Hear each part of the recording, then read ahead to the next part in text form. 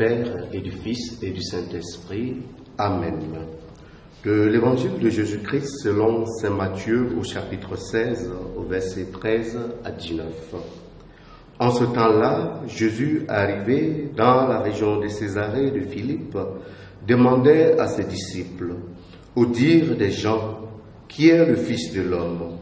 Ils répondirent, pour les uns, Jean le Baptiste, pour d'autres, Élie, pour d'autres encore, Jérémie ou l'un des prophètes. Jésus leur demanda, et vous, que dites-vous? Pour vous, qui suis-je? Alors Simon-Pierre prit la parole et dit, tu es le Christ, le Fils du Dieu vivant. Prenant la parole à son tour, Jésus lui dit, heureux es-tu Simon, fils de Jonas. Ce n'est pas la chair et le sang qui t'ont révélé cela, mais mon Père qui est aux cieux. Et moi, je te le déclare, tu es Pierre, et sur cette pierre, je bâtirai mon église, et la puissance de la mort ne l'emportera pas sur elle. Je te donnerai les clés du royaume des cieux. Tout ce que tu auras lié sur la terre sera lié dans les cieux, et tout ce que tu auras délié sur la terre sera délié dans les cieux. Acclamons la parole du Seigneur. Nous rendons grâce à Dieu. Bien-aimés dans le Seigneur, en cette première semaine du temps de carême,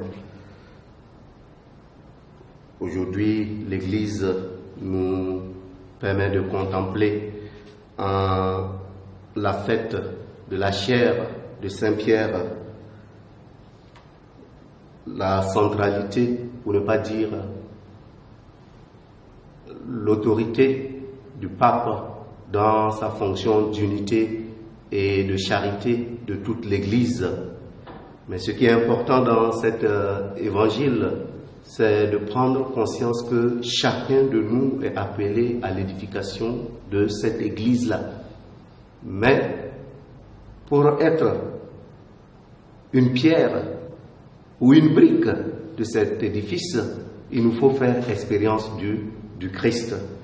Et le questionnement que Jésus soumet à ses apôtres est comme un itinéraire, un processus à partir duquel chaque disciple, chaque apôtre est appelé à faire expérience propre du Christ.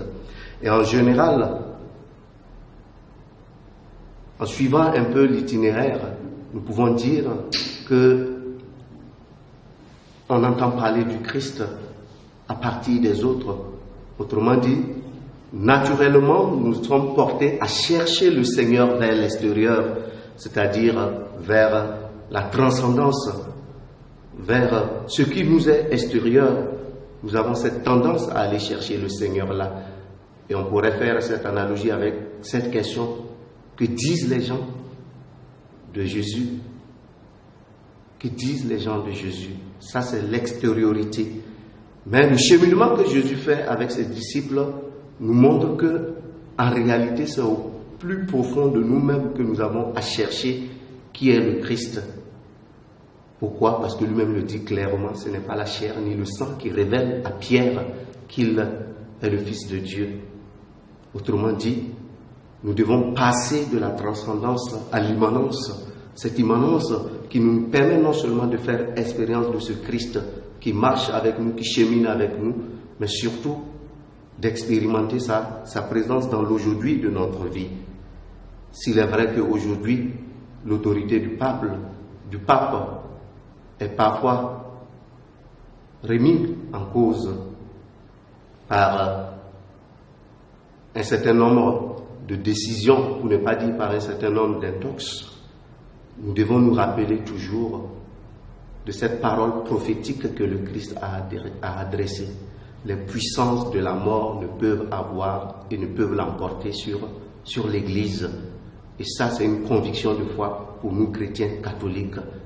Et fort de cette conviction de foi, nous devons toujours faire le saut de la foi et construire et œuvrer pour l'unité de notre Église.